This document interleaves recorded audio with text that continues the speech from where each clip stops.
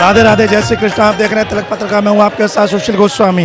ब्रज में 7 बार और 9 त्योहार की बड़ी एक विचित्र परंपरा है। यहाँ हर रोज ठाकुर जी का कोई ना कोई त्योहार उत्सव बड़े आनंद और उल्लास के साथ मनाया जाता है। जहाँ समूचे भारतवर्ष में श्राद्ध पक्ष लगते ही यानी पितृपक्ष लगते ही एक तरह से व्यापार हो या घर के आयोजन धार्मिक कार्यक्रम, उन पर एक तरह से ब्रेक लग जाती है। लेकिन ब्रज में भगवान के मंदिरों में एक अलग ही उत्सव शुरू हो जाता है। हम बात कर रहे हैं इस वक्त बरसाना के सुप्रसिद्ध राधा रानी मंदिर की।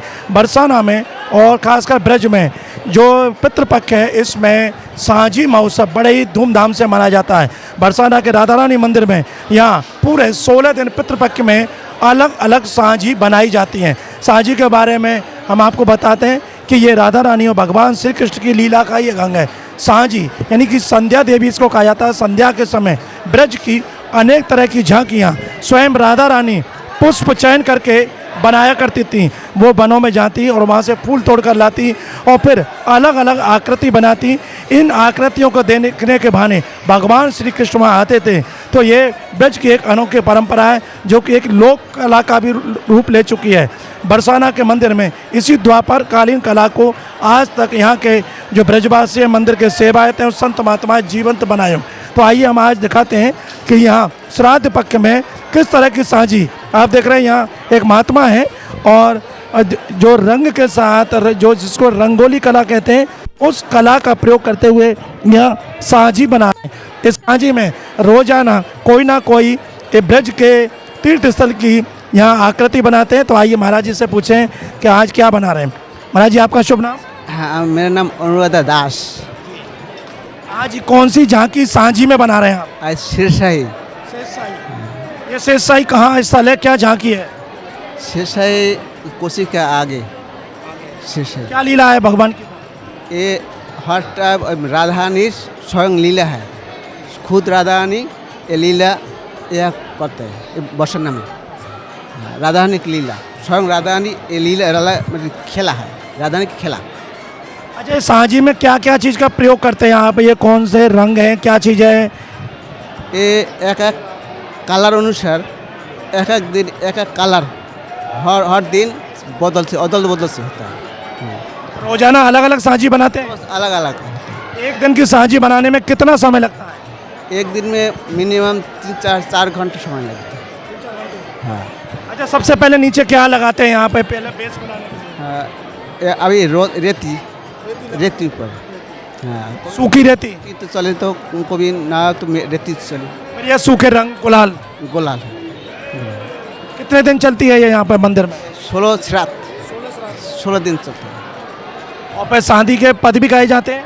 हाँ, पद भी होता है, समाज होता है, हाँ, भोग आता है और आरती होता है, ये होता है।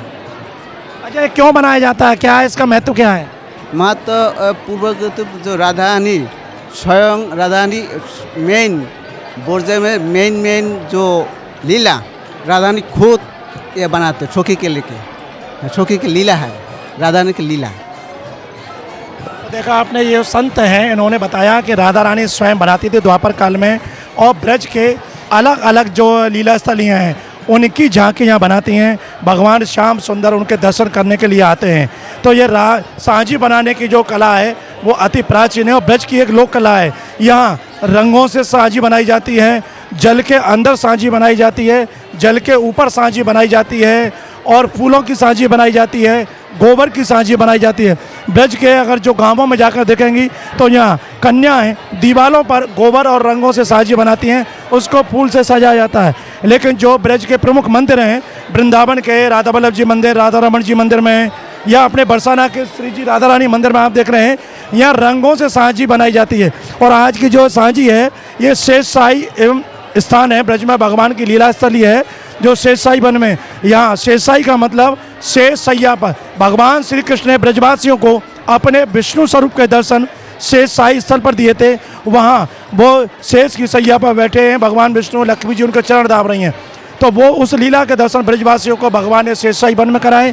तो वहीं की झांकी है, आप इस छवि में जो देख रहे हैं ये वही बनाई है।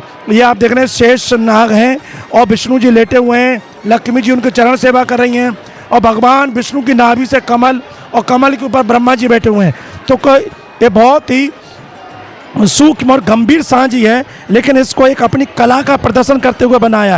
यानी कि ब्रज में जो भी लोक कलाएं हों या यहाँ की और भी जो चीज़ें हैं वो सब कहीं ना कहीं भगवान से और उनकी लीलाओं से जुड़ी हुई होती हैं। एक तरह से ये भगवान की भक्ति का एक इसको अंग भी कह सकते हैं कि इसी बहाने संत महात्मा ब्रजवासी भगवान का स्मरण करते हैं, उनकी लीलाओं का ध्यान करते हैं। तो ये यहाँ की बहुत ही प्राचीन परंपरा। और मैं कहूँगा कि द्वापर काल में जब राधा रानी इस सांझी कला को उन्होंने ही प्रकट किया और आज लगभग 5,500 वर्ष हो गए, उसके बाद भी ये कला आज भी जीवंत है। हालांकि थोड़ा लोप हो गया, पहले ब्रज में हर घर में बनाई जाती थी, लेकिन अब ये शहरों से ये कला दूर हो गई है गांवों में, लेकिन आज भी ये कला देखने को मिलती है।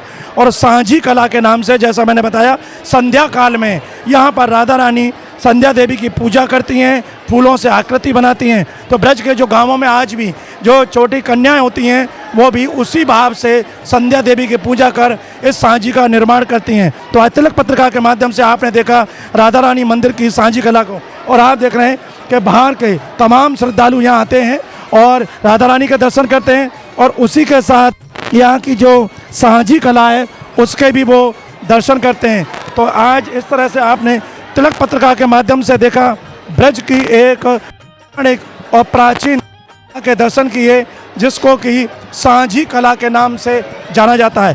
तिलक पत्रिका के लिए अपने साथी कैमरा पर्सन रिंकू वर्मा के साथ बरसाना से मैं सुशील गोस्वामी। ब्रह्मा भी जपे नित्य, शंभु भी जपते, ब्रह्मा भी जपे नित्य, शंभु भी जपते, महिमा का वर्णन श्री विष्णु भी करते, महिमा का वर्णन श्री विष्णु भी करते, महिमा का वर्णन श्री विष्णु भी करते।